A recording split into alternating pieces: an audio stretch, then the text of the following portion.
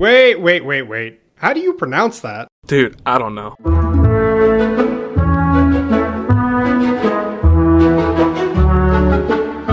Okay. Got it. We are back. It's been a while.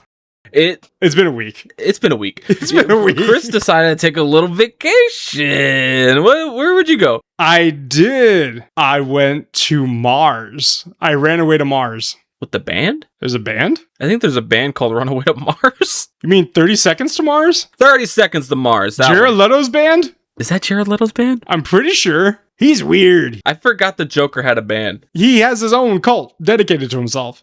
Interesting. Let's not get started on not real lore.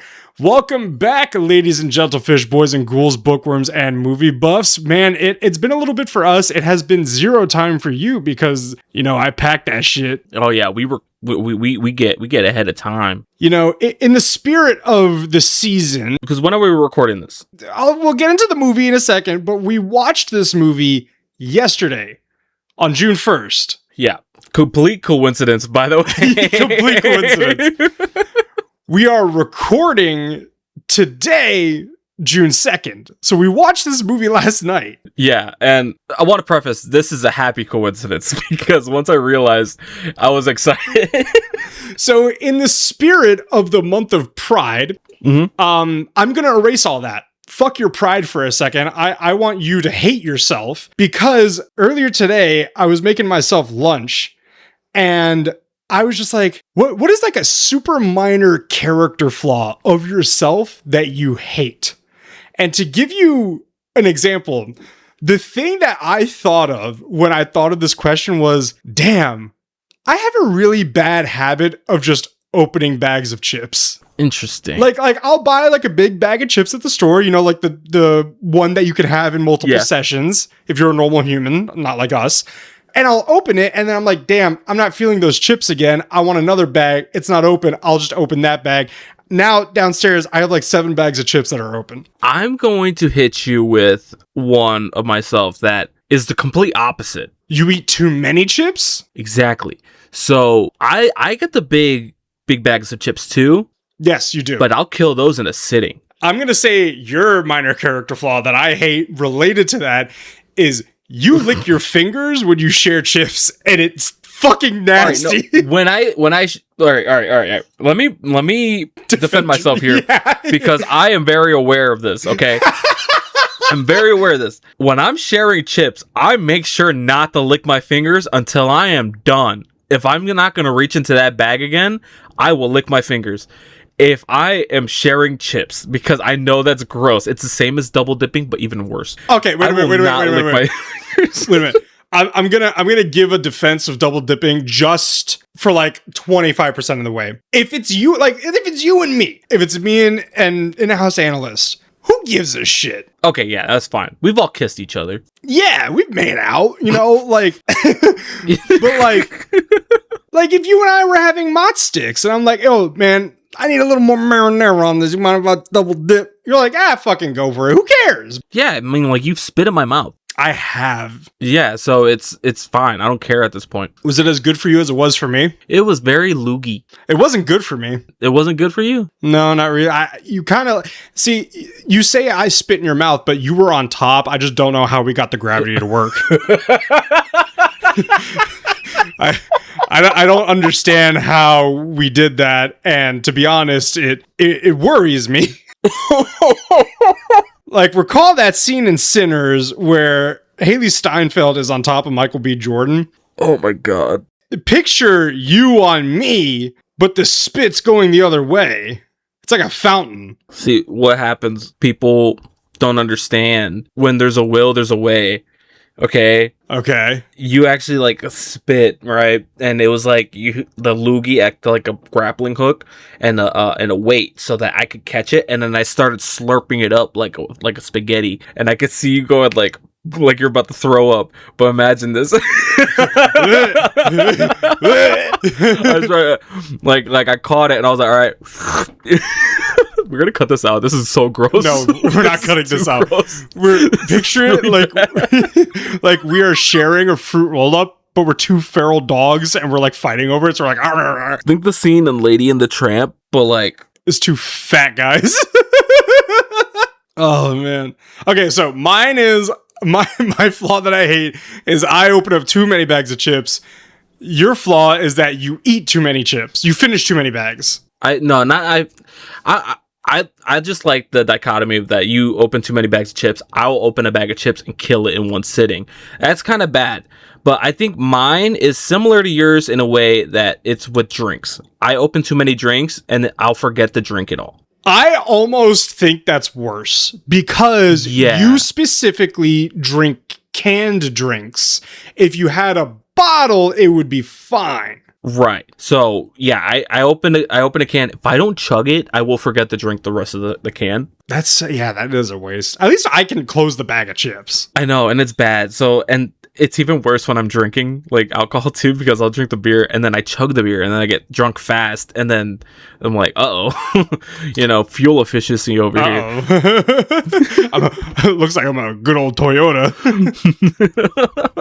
Well, after you got introduced into that disgusting mess, my name is Chris. Oh man, I'm Nick, guys. I'm sorry. I want to put out like a public apology. Why? Aren't you proud of yourself? It's Pride Month. Where's my ukulele? What? Oh yeah, speaking of ukulele, I was in Hawaii. Yeah. Yeah, he didn't actually go to Mars. And it was cool. I went for like 4 or 5 days, and then I stopped at LA on the way back, and I'm just gonna break my own neck here for a second. I got to hold a real Oscar. Oh yeah, that was sick, dude. I went to Jurassic Valley, where they filmed Jurassic World, Kong Skull Island, and a scene from the original Jurassic Park. I was sick too because you were going in. I was like, oh, I hope you find the Triceratops. We were just doing a joke about Triceratops. Then you found the actual skull, and that thing was huge. Anywho, what'd you get up to this week? This week. Oh yeah, I know exactly what you're talking about. If you listen to the Fifth Element episode, and we were talking about a new hyperfixation I'm into right now, it's a catfishing. But let me preface: I've actually been getting into fishing, right? And I've been going at like pretty good amount of times a week for a month. Haven't caught anything. Then I found out that I was doing it all wrong. What? I wasn't thinking in the mindset of a fish. So I was watching this video and it's like the guy was talking about, when it's warmer out or like during this time of day, like the fish will be hiding in like structure. So by docks or any foliage, you can find a hanging tree. So I was like, okay. And then he was talking about some good bait, and I've tried hot dogs. I've tried cheese. I've tried regular lures, worms. Haven't caught anything. So I was watching this video and the guy was like, oh yeah, this, a good bait for panfish. Cause I've been looking for panfish at the end of the day. I want to start off small with my catches and then work my way up. So he's like, corn. I'm like, corn? What? So I went to go get me a can of corn, went fishing in my local lake. I caught one, got it out of the water, but it escaped me. Like I got it out of the water. I was pulling it up, hit it on a rock on accident, bounced off, got loose, went back into the water. I was like, shit. All right, so he's swimming left for the rest of the day. Yeah. So I switched positions. I go to a different spot. It's hitting like 8:30. I'm like, all right, this park closes an hour after sunset. The sun's going down. I'm just going to go for a little bit longer, maybe till 9, and I'll dip out of here. Cast it out one more time, and I felt a bite, yanked that bitch up, caught me a little sunfish, dude. Hey. Hell yeah. And you can see in the picture, I've never handled a fish in my life because I'm like holding the hook like this. I was so nervous about touching that thing, dude. You were Dr. Seussing that thing. My dad was like, if you show people this picture, crop out your hand. I'm like, all right, listen. But okay, so before we get into our movie of the day, what movies did you watch this week? I didn't watch any movies this week. Oh. I have been starting a new show called Yellow Jackets. Oh, wait a minute. Yeah, it has Christina Ricci in it. And it has Ella Purnell. I'm only on episode 2. I haven't really gotten too far, but that show's already messy. So, all right, what have you been watching? So, since our last entanglement, I've seen 6 movies. Damn. I saw Inside Out for the first time. Inside Out. That's not the song. It's a Diana Ross song. Interesting you went that way because I was thinking upside down, inside out, you get the feeling go down. Have you heard that song? I don't think I have. It's by a band. I can't remember their name right. I think it's called OK Go. and they're really known for like cool music videos. And this one, they decided to film inside of a 0G plane. So like they're flipping around and all that shit, and they're like releasing stuff. It's really cool. Then I watched Star Wars, The Mandalorian and Grogu the night before I left. My brother-in-law just went to go see it. He gave me a little review. He was like, it's fun. Yeah. It's just, from what I've heard from both of you guys, it's essentially just Mandalorian, the adventures of Mando and Grogu. It's legitimately a long Mandalorian episode. Yeah. And I'm just like, okay, I think I could get down with seeing a Star Wars movie with no commitment. Yeah, I mean, the fan base, have been begging for like a Star Wars movie that has nothing to do with the Skywalkers, and we get it. So like, we can't be mad about it. Can't be mad. So then I watched The Lord of the Rings, Fellowship of the Ring. Oh yeah, you watched that on the plane, right? Yeah. I took a picture of him with my breakfast, and he was like, and then on the flight, I also watched A New Hope. Okay. And then I watched The Gentleman. Alrighty, so finally, to get into our movie, we watched, on the first day of Pride Month, it's just complete, because we're going to get into why we watched this. We watched To Wong Foo, Thanks for Everything, Julie Newmar. Yep. Long ass title. Reminds me of a Fall Out Boy song. Here's the thing. I seen clips of this movie everywhere on YouTube Shorts. What's weird is I haven't. I've always seen it. I'm like, oh wow, John Leguizamo looks hot in this movie. And then like I never realized what the movie title was called. I was just like, oh, I kind of want to see this movie. Turns out I didn't realize what movie this was. We are going off of a suggestion for one of our friends and listeners, Dolly. Yeah. Hey, Dolly. Hi. Can you hear us? We're in the future. Oh, no, we're in the past. Sorry. Initially, we were going to watch the Stephen King Shining. Yes. So not the Stanley Kubrick Shining, which is the Jack Nicholson, Shelley Duvall Shining. We were going to watch Stephen King's Fuck You to Stanley Kubrick, because apparently he hated the movie so much he had to be like, nah, this is how it is. Yeah, this is like the book accurate movie. Yeah. So I found the movie on Tubi. We were going to watch it on Tubi. Tubi's a whole other beast. Tubi sucks. Yeah, we're not getting into that. Like, I think an hour or two beforehand, because I sent you a picture of it, and I was like, hey, found it on Tubi, we're good to go. Then I re-got it ready to go, and I'm like, Nick, we have a problem. And you're like, what? I go, just take a look at the picture. This movie is 4.5 hours long, bro. Oh my God. I was like, why is this so long? And then I remembered, oh shit. When this came out, this was a 3-episode miniseries. Yeah. And here's the thing. Me and Chris, we can do a 4.5 hour movie. We watched all of the Lord of the Rings movies in one night. The problem is it was a weeknight, it was a Monday night, and we start our movie nights at like 8. I was and still am severely jet lagged. Yeah. Chris was 6 hours behind, then 3 hours behind, and now he is current. I went to bed last night at 2 a.m. Any hoozles. Yes, thank you, Dolly, for the suggestion. We are going to do the Stanley Kubrick Shining, but we were like, this is something we should watch together in person. Yeah, just like with the first Shining movie. Anywho, I've seen this movie before. Nick has not, so I want you to get started with the movie overview. Okay, all right.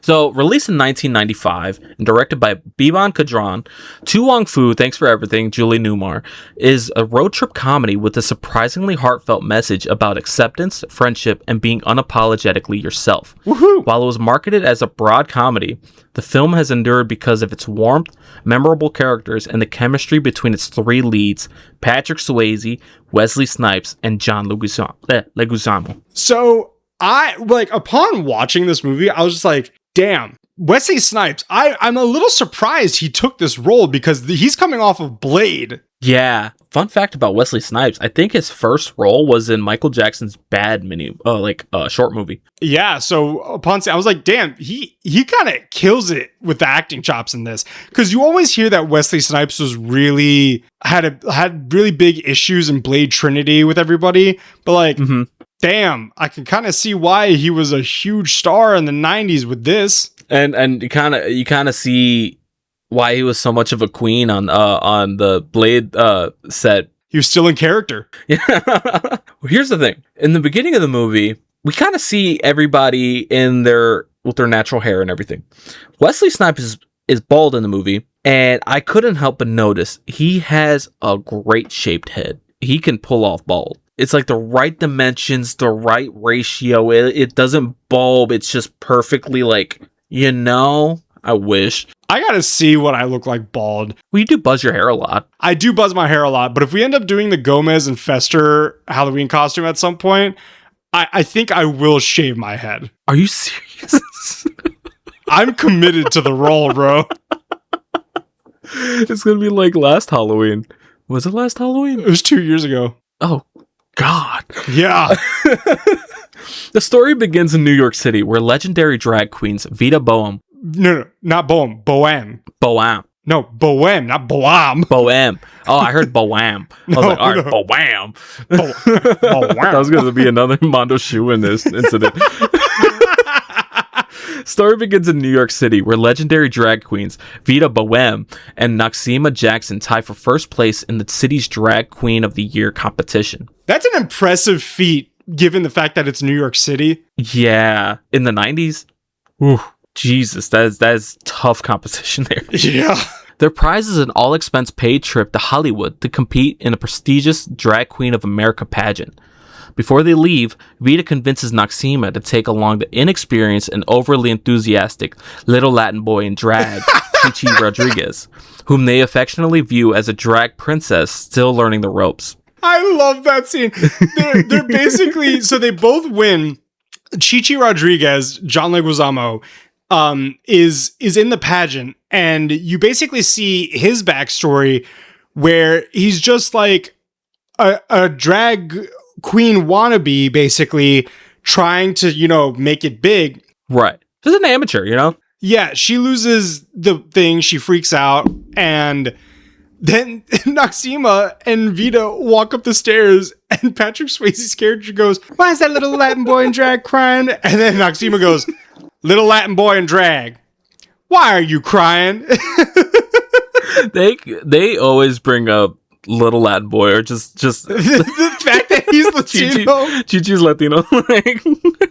I'm like, it's so fun because there's a scene in the movie where they get annoyed with each other and they start insulting each other. Oh, it gets deep. It gets deep, and I'm just like, damn, Chi-Chi's low-key eating it up, and all Vita Bohem can do is just make fun of the fact that she's Latino or Latina. It's hard because we had a conversation about this, the gender and then the drag queeniness. I'm trying to get it correct in my head. Anyway, keep going. All right. Selling their plane tickets to the iconic John Jacob Jingleheimer Schmidt. John Jacob Jingleheimer Schmidt. I don't know the rest of the words. His name is my name too. Whenever we go out, the people always shout, John Jacob Jingleheimer Schmidt. La da da da da da. Now, I was confused about that name because I've heard it before, and I swear I heard it in SpongeBob. Turns out it was a completely different thing. It was he was number one, kind of thing. Yeah, and exactly. Chris, and I was looking up the origins of this name, and the nursery rhyme song came on. And I told you, I was like, oh yeah, it's a nursery rhyme. It's like a children's rhyme. Yeah, so I started reading through it, and at the same time, Chris is singing the song, and I'm like, he hit it bar for bar. Even the da-da-da-da at the end, I was like, what the hell? Because that was written down. I'm telling you, man, I got receipts. Yeah, so they sell the plane tickets to fund a road trip instead. The trio chooses style over substance and purchases a bright yellow 1967 Cadillac DeVille and heads west towards California. Oh, man, that sounds nice.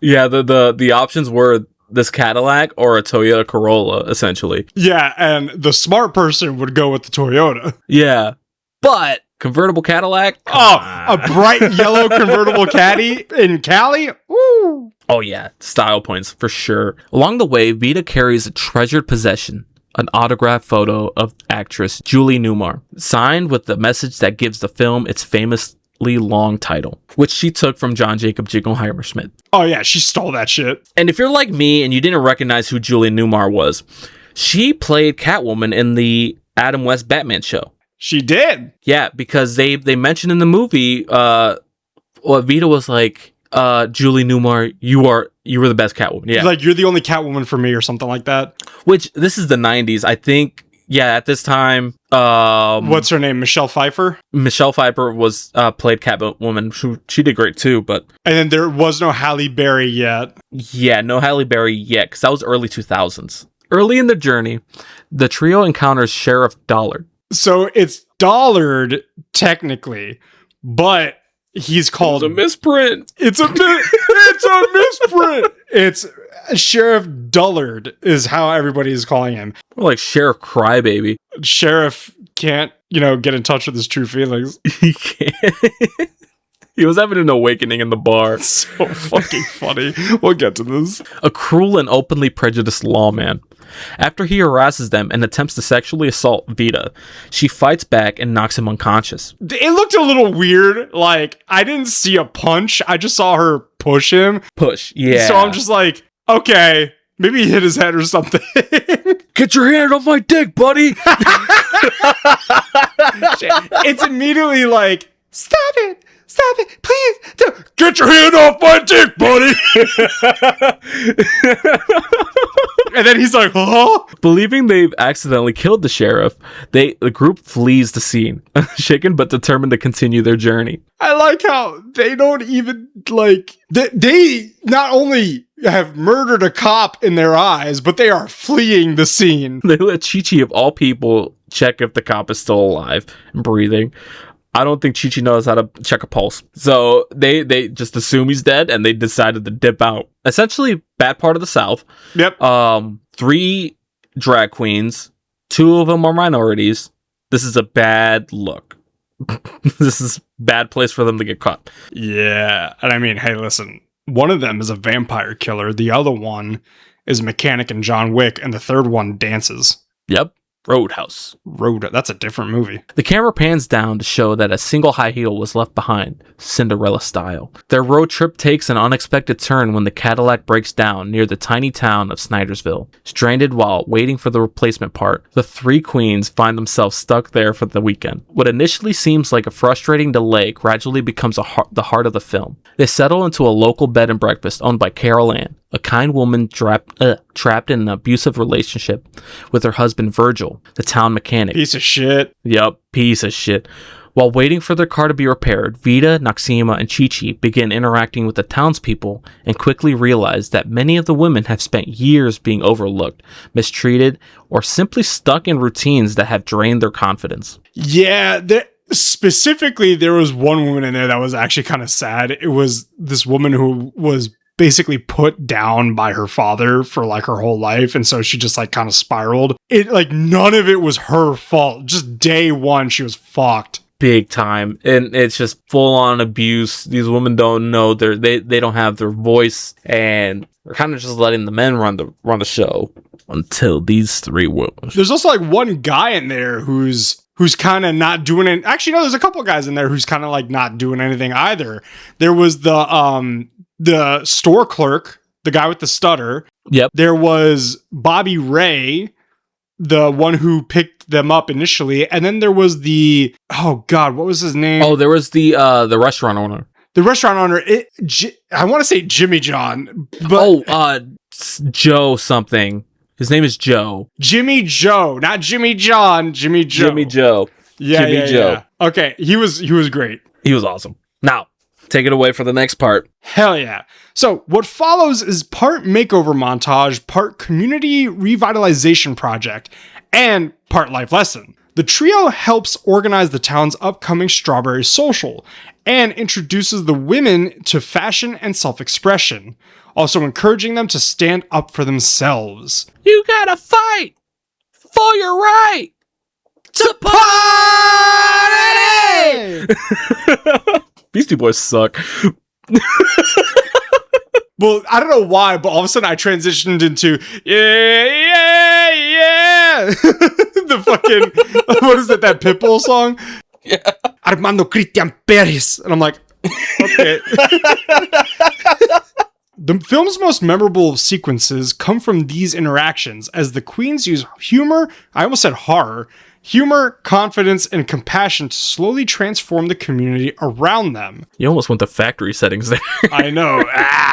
But like, there was one scene where you were losing your mind because they were doing the makeover for the room, and shit was just being like put on. The wall. they were using their drag queen magic to just sprinkle fairy dust all over the place, and they're like making it beautiful. And like Chi-Chi does the I Dream of Genie thing. They all do it. It's like their Power Rangers power up, dude. and then she does like the little like little.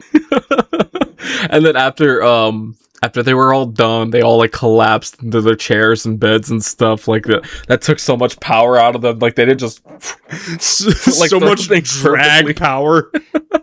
Meanwhile, Chi-Chi, it's always fucking Chi-Chi. Meanwhile, Chi-Chi struggles with her own insecurities. Throughout the trip, Vita and Noxzema mentor her, teaching her that being a drag queen is about far more than appearances. It's about confidence, dignity, and knowing who you are. This is why drag queens make great community leaders. This is why you see a lot of those drag queens reading to kids at libraries and stuff. My only interaction with a drag queen was when I was in New Orleans for Easter, and I just happened to attend the Easter gay parade in New Orleans. And a drag queen threw a ceramic Santa soap dispenser at me with the full force of 1,000 suns in the tight spiral that she threw about 40 yards away, clocked me, and I still have it somewhere. I don't know exactly where it is. I think it might be downstairs with the Christmas stuff, but I still got it. I mentioned this in the Birdcage episode too. And then my coincidence of always ending up at a drag show for no reason. Out of the two of us, it's so weird that I'm the one who's never been to a drag show. Yeah, and I've been to them, and I'm like, this is fun. But how do I always end up here? I hear they have great brunch. I used to work with a drag queen, actually. And I saw her at the New Year's drag show that I went to. Because I saw her performing. I was like, hey, we used to work at the same, was like the character... like party character thing that I was doing when I used to go as Maui. Which, funny story about that, we got booked for a Pride festival once, and I went, and it was me and this other girl. It wasn't my sister doing Moana this time, but it was like the other girl, and me as Maui showed up. Little old lady thought I was in drag, and she goes, "Oh my god, honey, you are so beautiful." I was like, "Thanks, but I'm Maui." Like, I got a Maui hook from Hawaii, actually. You did? Like a real one, not like a Disney one, like a real one. Some of the film's funniest moments come from Chi-Chi's attempts to learn these lessons while constantly testing the patience of her two mentors. I will say, Chi-Chi is very annoying. And like highest of keys ungrateful throughout the movie. Yeah. She consistently was like, you people are selfish. Like, I didn't ask for this, blah, blah. I'm like, bitch, they gave up 2 first-class tickets, all expenses paid to Hollywood, just to drag your little ass along for the way to drive? Fuck you! It's the arrogance of a new trainee, you know? They think they know everything, but... You know what it is? It's the arrogance of a little Latin boy in drag. You know what? Yeah. As the days pass, the townspeople begin to embrace their unexpected visitors.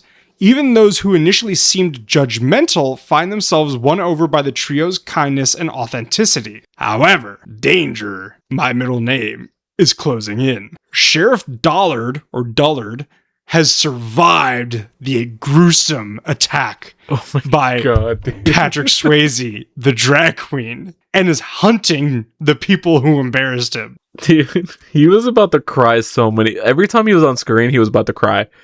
Oh, we're about to get into it in the next section, and I cannot wait. It all comes to a climax when Vita finally intervenes in Carol Ann's abusive marriage, standing up to Virgil and giving Carol Ann the confidence to reclaim control of her own life. So we're gonna, if we do content warnings, I don't know if we do or not, but we're gonna do one super quick because we're about to talk about an abusive marriage. Virgil does beat the shit out of Carol Ann. And then in one scene, you know a guy's fucked when he doesn't want seasoning in his food. Yeah. He's like, it's too spicy. And she's like, I scooped it out. I'm not for hitting people, but I'd beat him if he's my husband, because what the... Eat spice! You don't like spice? What are you doing? You just like it bland? I'm going to the only place where communism can't find me.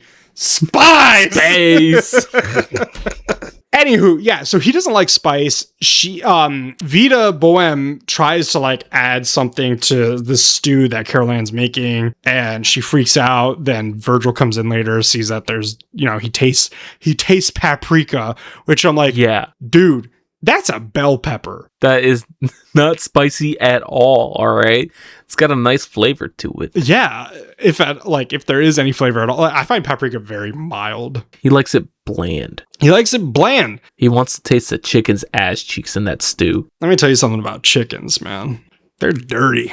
And then, so one night, like, it really all comes to a head, and you can hear it from the other room that it's getting physical, and Vita's like, fuck that. And this is in the middle of the argument between the three drag queens where they're like tearing each other up. So Vita's already pent up. Yeah, Vita's already pent up. And there was actually one scene where Chi-Chi was like, the only reason why you're so hell-bent on being the best drag queen is because you couldn't make it as a straight man. And we were just like, fuck. Like, that cut deep. And then Vita was like, fuck this, I'm out. I'm going to go deal with it. And then her wig gets pulled off. And then you see Patrick Swayze. But then that scene ends. I feel like that was the last straw, because that was that was her identity being like snatched away. But I'm not in the sense of like story. I'm talking in the sense of editing. It was just like abruptly cut. There was a lot of points in this. I think it's different if you watch in the DVD, because it was like this when I was watching Grown Ups on Netflix.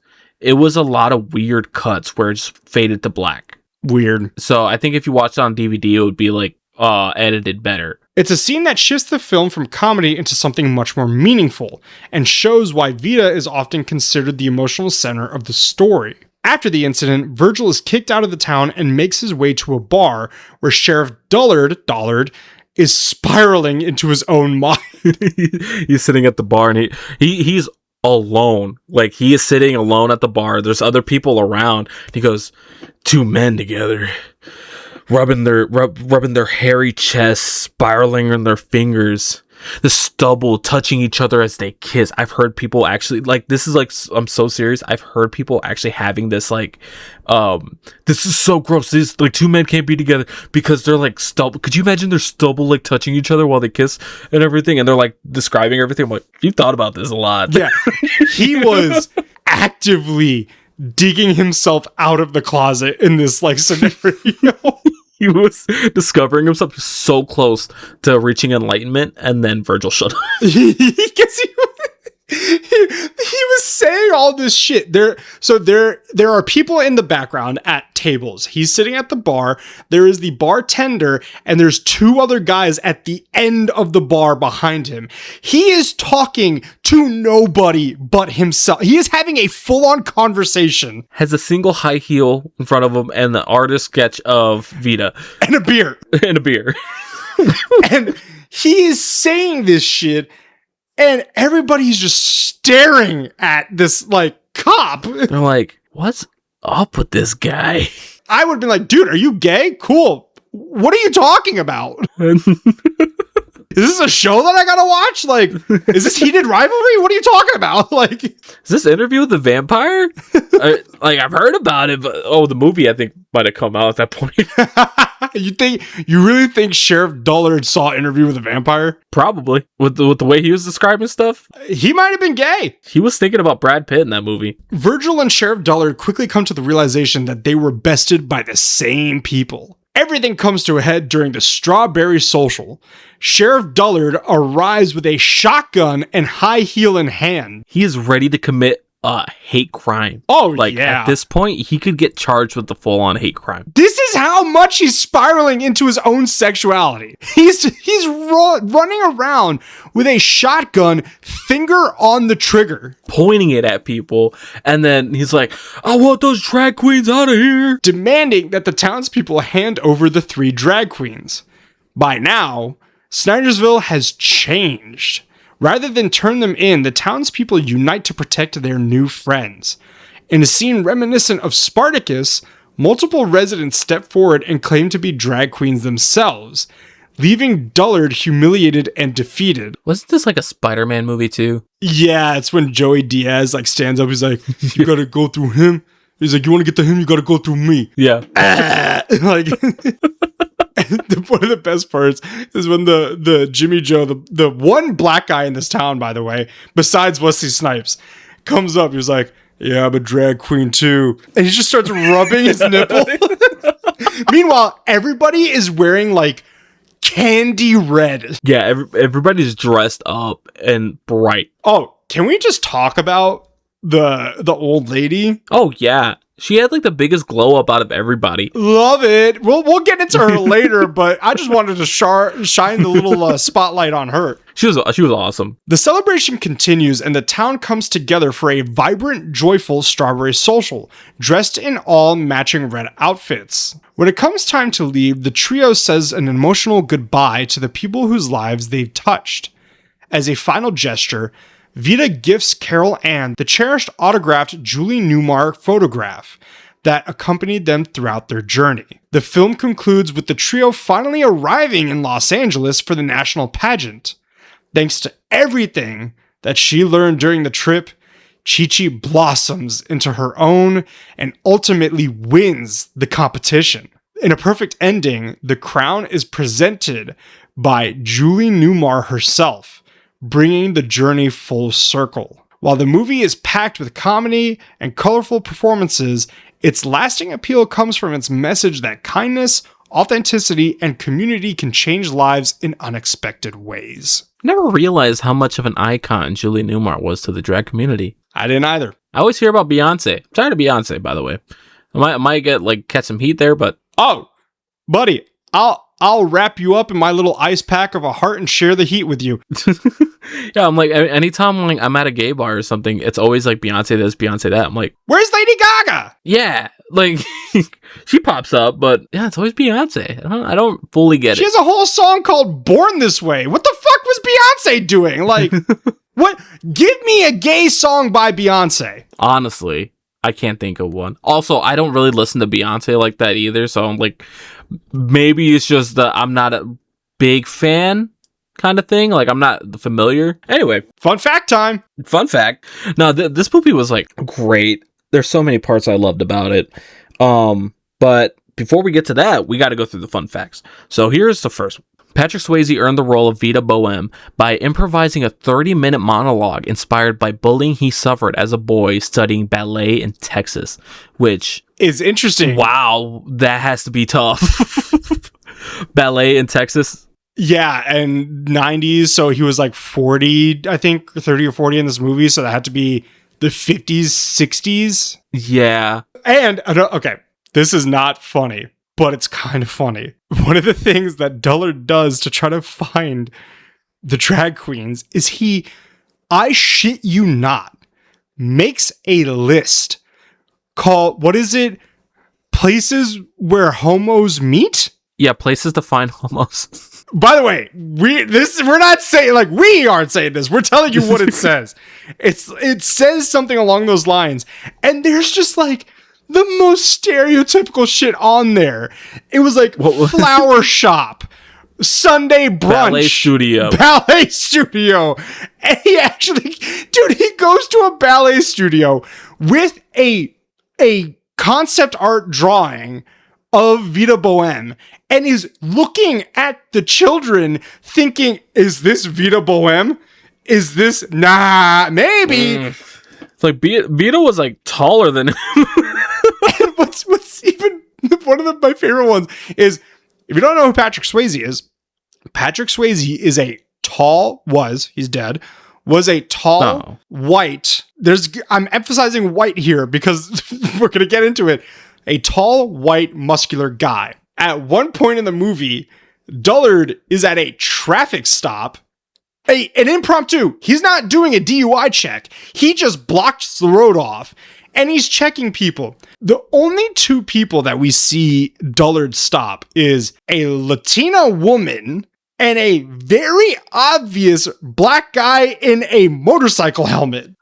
He's side-eyeing them so hard. He's like, Dude, do you know what he's doing? He's doing the Family Guy color swatch check. Oh my God. Like, this guy's an idiot. And first of all, he doesn't have jurisdiction to do any of this. No, this guy is a small town sheriff. He's a small town sheriff, and then he's taking on his own investigation of stuff, which I don't think he has. I don't know. He's a detective or anything. So this is just all over the place. I can't get over the fact of how many times he looked like he was about to cry.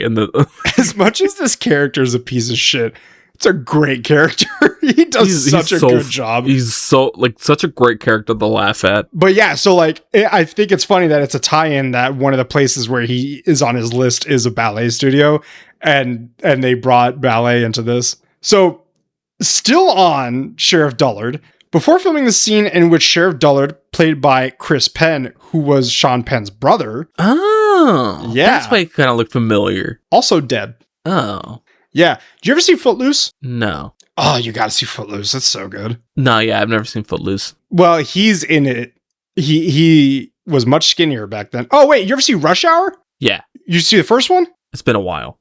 Okay, remember in the very first part of the movie, Chris Tucker is like playing an undercover cop trying to buy C4 from a fat guy? No.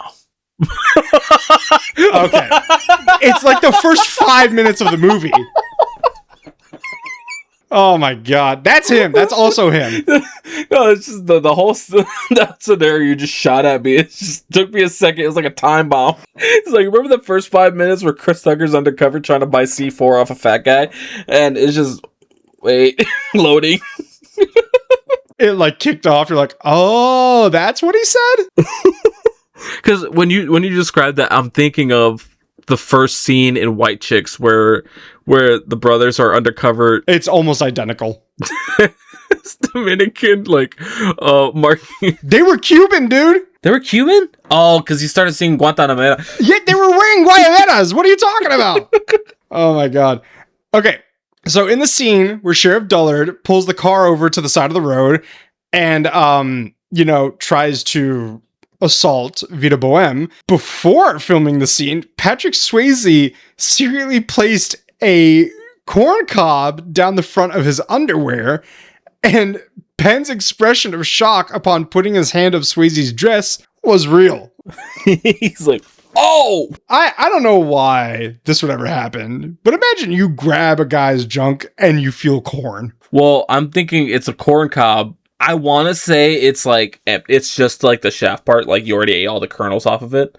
So it's just like a thick thing. Fibrous. So he probably was like, oh, Patrick Swayze, he's like huge and he's hard. Why wouldn't you just get a dildo for this? Corn cob's better. According to John Leguizamo, in his autobiography, his frequent improvisation angered Patrick Swayze's angered Patrick Swayze so much that Swayze actually tried to punch him in the face. I've heard of this. That sounds like something you would do. I don't know, because you would be Patrick Swayze in this situation. I like improving. No. Just me and angering you so much that you would actually try to punch me. Oh yeah, probably because you don't know when to stop. You don't know when to stop either. No, I know when to stop. No, you do. You don't. Shut up. Yeah, bitch. Another one. Another one. Whatever happened to him? Did he run out of keys? Did he lock himself out? Mitch Cohn, who at the time was a development executive at Amblin Entertainment, was given the script. He then passed it along to Steven Spielberg, who apparently loved the script so much that he had his friend, Robin Williams, do a cold reading of it to him while they were on a flight. Spielberg was said to have been mesmerized by Williams' cold reading of the script, so much so that Spielberg offered to direct the film for director Beeban Kidron due to the fact that she signed on to direct when she was 9 months pregnant. God damn. Can you, think about this? In all retrospect, this is a very unknown movie compared to, Jaws, E.T., Jurassic Park. Yeah. Imagine if all of a sudden you see Steven Spielberg as credited director. That would have been crazy. Now, this fun fact is it's going to require some backstory. So at the end of the movie, Carol Ann is saying her goodbye to Vita. It's sad. It's sad. And essentially Carol Ann reveals to Vita that she knew that Vita is a drag queen the entire time because Carol Ann noticed that Vita has an Adam's apple. She says women don't have Adam's apple. Now, this is where this comes in. So contrary to popular myth, women do have Adam's apples. Everyone's born with a laryngeal prominence, aka an Adam's apple. I realize why you gave me this one, you bitch. So it's a piece of cartilage that covers the larynx. While all sexes have one, they are often more prominent in men, and they're not a reliable indicator of sex. Damn, I didn't know science fact in there. Science is crazy. Science is crazy. Yeah. You know what else is crazy? Giving me the fun fact that has the long word in it. I didn't plan that. You evil bastard. Listen. Evil. Even. All right, for the last fun fact, finally, as a tie-in to my previous one, Robin Williams did in fact appear in the film as the uncredited role of John Jacob Jingleheimer Schmidt. Yeah, when he popped up on screen, I was like, "Yo!" Because, I mean, what a coincidence! The last drag movie we watched was Birdcage, starring Robin Williams. Exactly, and this movie came out a year before that one. That's also crazy. I think I also read that Robin Williams wanted a larger role for this movie, but didn't want to like take away from the movie by being in it. Yeah, and that is what I call a respectable actor for that. Because he saw the story and he goes, "Hey, I don't want to overshadow anyone. I don't want to overshadow the story because it's beautiful, and that is worth more than my ego." I wonder if because this came out in 1995, The Birdcage came out in 1996. I wonder if he was already in talks with The Birdcage or like was filming it near the same time. It'd be so cool if this was like a shared universe. It was a shared universe. Like, because in The Birdcage, he played Armand, which was like the more, for lack of a better word, straight-edged of the couple. He was very much... straight man. Yeah, he was very much like just the like... character archetype of straight man, not a straight man, because he's very gay. Oh, he's well, I mean, he's in a gay relationship. And then Nathan Lane plays the more flamboyant one. And in this movie, Robin Williams is kind of switching that. He's like all over the place with this shit. Yeah, and he is getting close to Chi-Chi. Oh, yeah. Loves her. Loves Chi-Chi. All right. Now, let's get into the fun questions. I like these. So, what did you like most about the movie? Ooh, okay. You know what?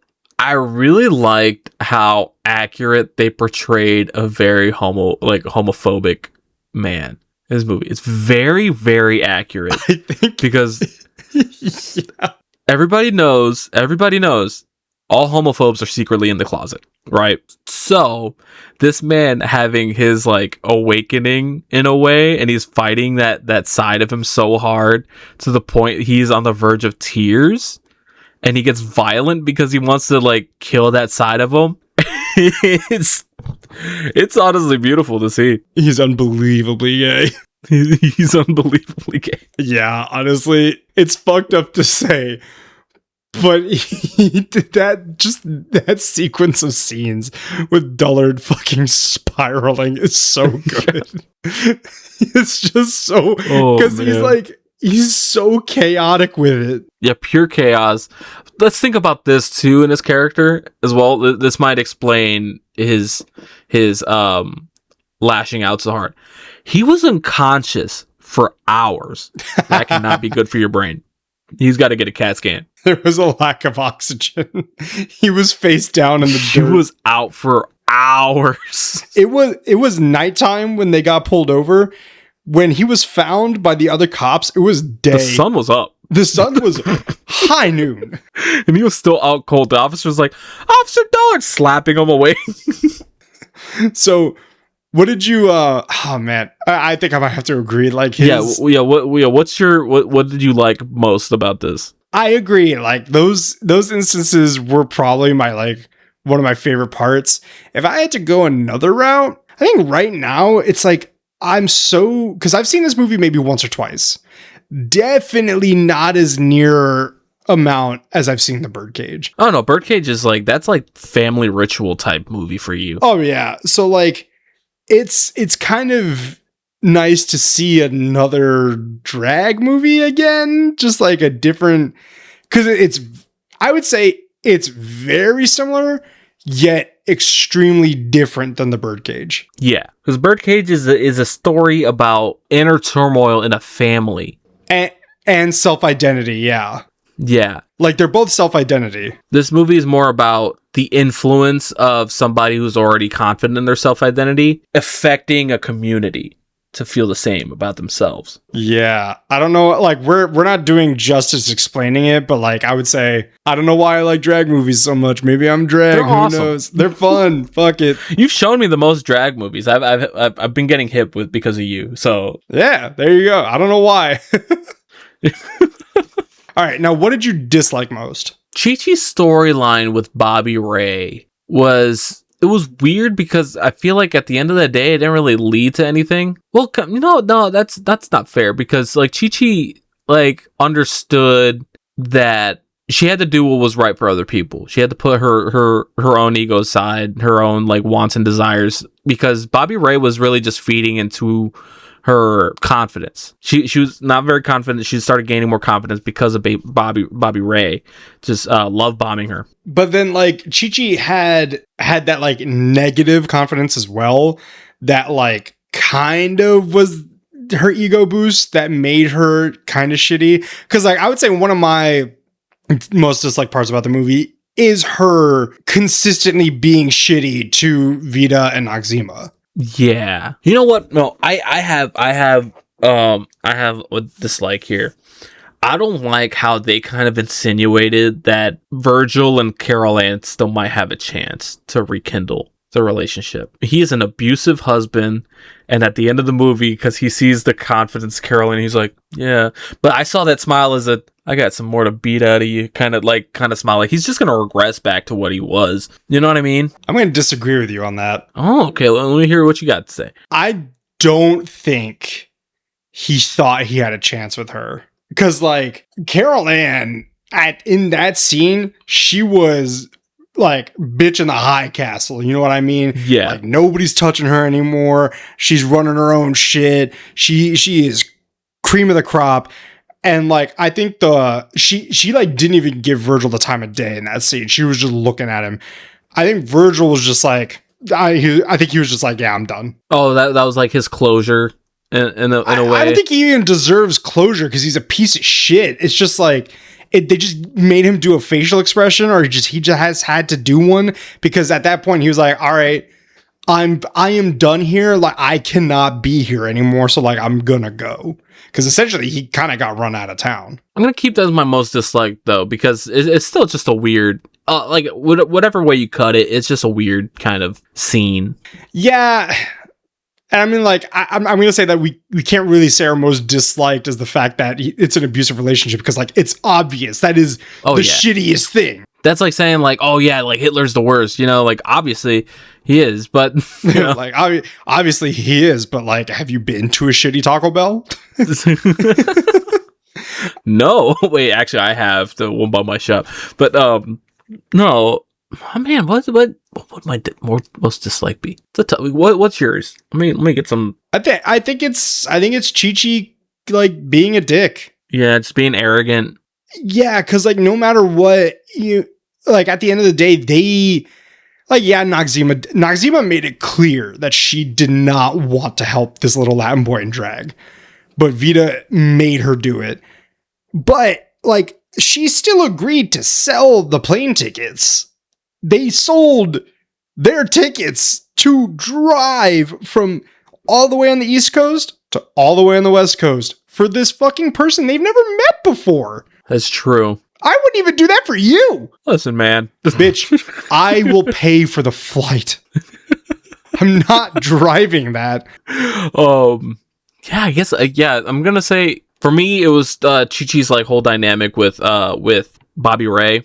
Thought it was kind of weird because I don't know. I felt like like Chi-Chi like not entrapping him, but like not tricking him either. It's just not revealing the truth to him. I'm gonna piggyback off of you, and something that I also thought was really weird was then Bobby Ray going to Bobby Lee. Yeah. I'm going to throw this one out there. We both thought that at one point Bobby Lee and Bobby Ray were related. Yeah, because they're both like Bobby, but I guess her name's Roberta. Well, then I remember hearing at one point that Bobby Lee and Bobby Ray were like Virgil and Carol Ann's children or something along those lines. Yeah, it was kind of messy. We didn't hear everything right. Yeah. And then one, he immediately switched over from Chi-Chi to Bobby Lee. And two, I think that Bobby Lee is significantly younger than Bobby Ray. It depends. Maybe she just has a smaller build, but at the end of the day, it's like her mannerisms and everything did give off younger. And then Bobby Ray was, I would say he was like 17 or 18. Let me look this up. Maybe Bobby Lee was like 15? The actor for Bobby Ray is currently 53. The actress for Bobby Lee, she's older than him. Oh, really? She's 56. Okay, I stand corrected. I'll say this, though. I think Bobby Lee definitely should have just turned down Bobby Ray, like made him like beg for it a little bit more, because like she wasn't his first choice. So like, if you want to get at me, you better beg. Better be on your hands and knees. Beg for it. Please, Bobby Lee, please. Crawl to me. So, all right, which one of the three queens was your favorite? I really liked Noxzema, although I feel like we didn't get enough of her. No, I feel like we didn't. She was very much the She definitely was Wesley Snipes. Yeah. No, she was no nonsense, and I loved her for it because she taught those like weird, like rapey, like gang of dudes, the Dusties. I'm gonna call them the Dusties because yeah, they were about to do something to Chi-Chi. We're glad that Bobby Ray showed up, but yeah, Noxzema like put them in their place, taught them manners in the hilarious way. She like just grabbed one of the dudes by the dick and was like, "All right, now how do you greet these ladies? You say, 'Good evening, ladies.'" And then she's like, "That's it?" And squeeze. He's like, say it. He's like, "Good evening. Good evening, ladies." And then she's like, "Now go wash your hair and put on a clean shirt." And like, he didn't have a redemption moment because you can't be redeemed from what they were going to do. But like, he got cleaned up. He got cleaned up. He fixed his act a little bit. So that's that, I guess. I'm gonna say Noxzema was my favorite too because I liked her. Oh wait, who's that old lady's name? Because I loved her dynamic with her. Clara, the old lady who was like, she didn't talk much, but as soon as Noxzema started bringing up movies, this little autistic old lady was like, "Yeah, I like that one." That's funny because the next question was which one of the townspeople stood out to us and was our favorite. Mine was the old lady, Clara. Yeah, Clara. She's 100%. The best. She is the best. Next would be Jimmy Joe. Jimmy Joe, definitely. And then Carol Ann. And Carol Ann, yeah. But Clara, I think, I can't remember her backstory, but I think it was like she ran the movie theater in town with her husband. And then like her husband ran off with some movie actress or producer or some shit like that. And so the theater closed up and she just didn't talk. But as soon as Noxzema started, talking movies, the old woman talked for the first time, and then she came out of her shell, and then she was like really coming out of her shell, and it was great. Oh, when they found all the 60s outfits in the attic of the store, general store. Yeah. They were all going crazy. She comes out like the full on like love hippie outfit. Yeah. I was like, yeah, that actress definitely wore that at some point in real life. Yeah. So I'm guessing yours was also Clara. Yeah, 100%. I think we've gone over this, but the funniest moment in the entire film has to be hands down the bar scene. It's either the bar scene. Oh man, that part. No, I was gonna say either bar scene or when he is getting confronted by all the townspeople, and he's like pointing the gun around, and I was sitting there like, is he about to cry? Like he's. No, but it's got to be the bar scene. That was because that reminded me of that one video of it's like this parrot, like the satirical video where this guy's like, "Oh, the government wants to take my guns, where they're gonna have to come here and take it with their strong hands, kiss me on my hot lips." Like he started getting real deep into it. He's like, "They want to take my guns. I'm an American. They're gonna have to kiss me for it. They want to fight me. They're going to have to hold me down with their strong, hairy arms. We're going to have to get Greek wrestling style, start stripping down."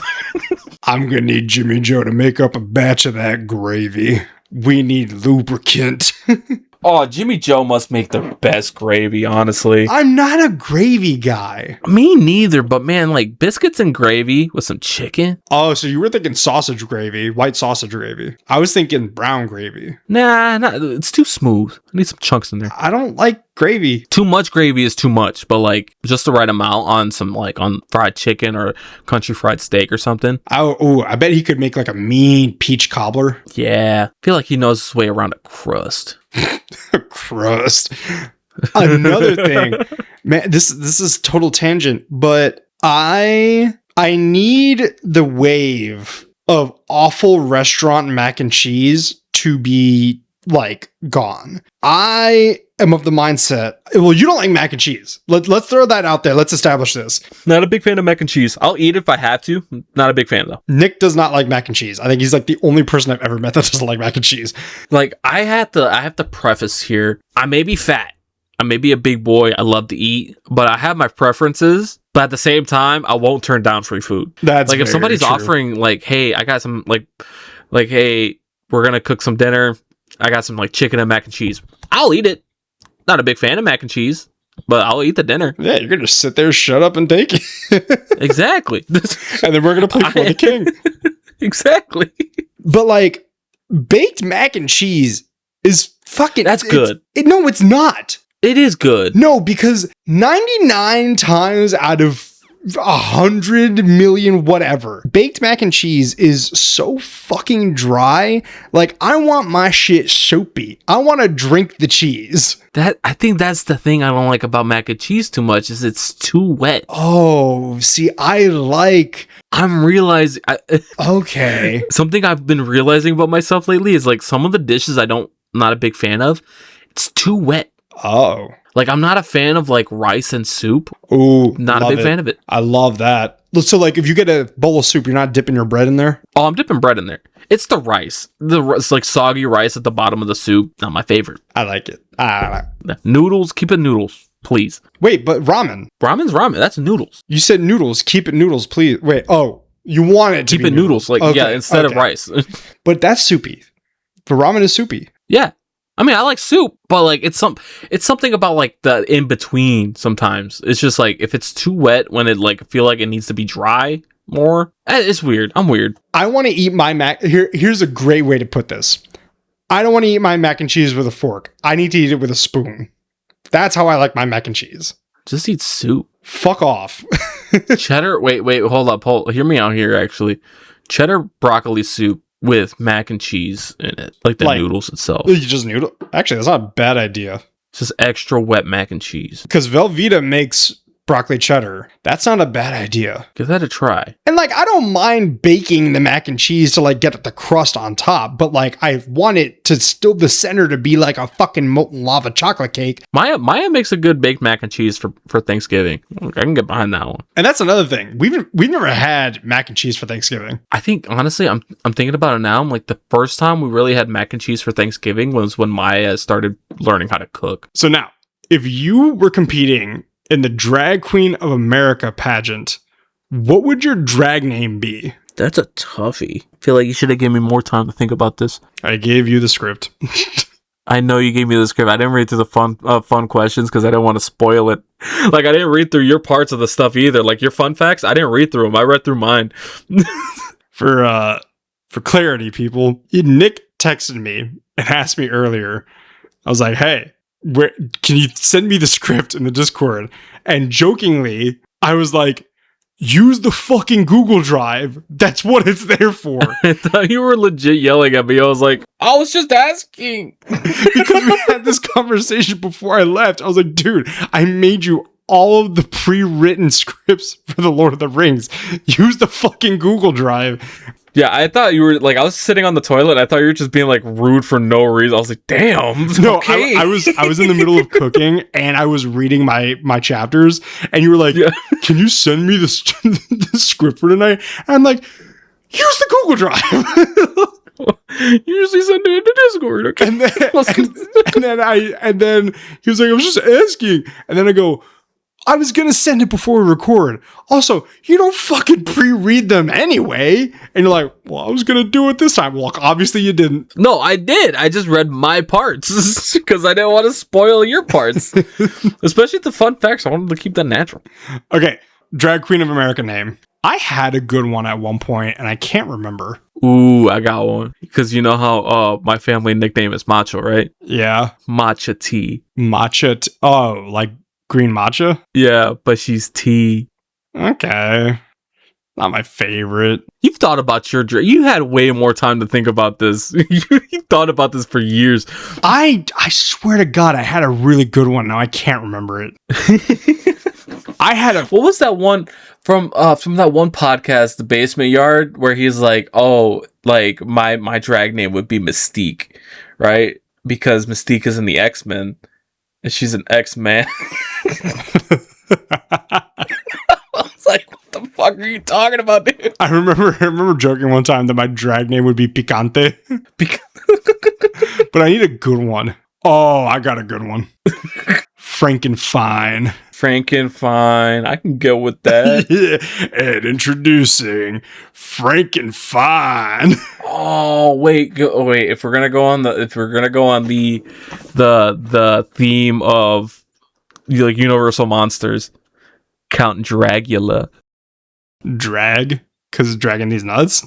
Dragula, because it's just drag queen. Oh! I get it! Be for real right now. Be so for real. I just got that. Oh my god. Whoops. Ridiculous. Whoa. Okay, what's your favorite visual or costume design in the film? Honestly, Carol Ann's red dress at the very end was pretty great. Yeah, I really like Chi-Chi's final look. I specifically kept this one in because I've noticed that you really like costume design. I do. Chi-Chi's final look really got me because of the pixie cut. I love a good pixie cut. She was rocking it. She's giving Betty Boop. I was like, hell yeah. And she finally used like foundation that matched her skin tone. I remember Chi-Chi said that. She's like, and then I'm finally going to use foundation that matches my skin tone. And I'm like, yeah, I noticed her face was extremely pale throughout the entire movie. And I was like, is this a stylistic choice? But anyway, at its core, To Wong Foo, Thanks for Everything, Julie Newmar, isn't really about the pageant or even the road trip.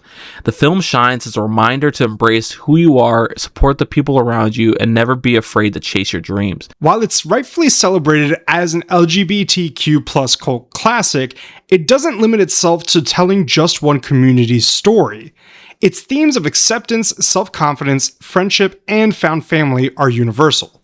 Over 30 years later, the movie remains as charming and as uplifting as ever, proving that a little kindness, a little courage, and a fabulous outfit can go a long way. And with that, ladies and gentlemen, we have come to the end of our show. If you enjoyed it, please give us a follow and rate us 5 Little Latin Boys in Drag on Spotify. Oh, so smooth. I gotta give you points on that one. Yeah. See, we were at 4 Little Latin Boys in Drag, but that smoothness, just bumped it up to a 5. Exactly, guys. Yeah. You got to give us that 5, little Latin boys. And drag. And just as a reminder, we release a new episode every Monday. You can also find the show available on our YouTube channel and on Apple Podcasts. So feel free to enjoy wherever your heart desires. And remember to follow our Instagram and TikTok at Barely Literate BMC. Any social media that's not the podcast itself, you can find us at Barely Literate BMC. Yeah, we made it If easy. you can't find us, just let us know. We'll make it where you can keep up to date with newly released episodes and some stupid funny memes that will make you think, hey, why do I love these stupid idiots? You can't find us on Grindr, guys. I can't find you. All right, shit. All right, Nick, get on it. I'm like, all right, got it. Additionally, you can find all of our social media links to the show and our personal Instagrams, Twitch channels, and website down in the episode description. Everything is already linked for you guys because I'm lazy, so I know you're lazy, and it's just easier that Lazy way. bastards, we all unite together. All right. Finally, just a reminder, we would love to hear your recommendations for books to read, movies to watch, and spooky stories to tell around the campfire. Example enough, today's episode was completely from a recommendation from a friend and listener of ours. So we really take your recommendations to heart. We will watch them and read them whenever we get the chance. Yeah, and when we remember, we're gonna do them. We're gonna do them. We just are shitty and forget. Yeah. Luckily, Dolly gave us an entire list to go off of, and we love her for it. Oh yeah. So like, if we're ever, I don't know what to watch. All right. 1, is this on anywhere? 2, all right, we can watch it. Yeah, so don't be shy, DM us, and we will take it into consideration. Alrighty, everybody, that is the end of that. We hope you have a wonderful rest of doing whatever it is you are doing, and we will see you in the next episode. I believe should be Lord of the Rings Part 2. Yes, sir. Alrighty, we will see you next time. All right, stay gay and fabulous, guys. Oh yeah, happy Pride Month. Happy Pride Month. I think this is coming out halfway through, but fuck it. Happy. Yep. You know what? Move it up. Move it up on the list. Move it up. Okay, bye. All right, bye.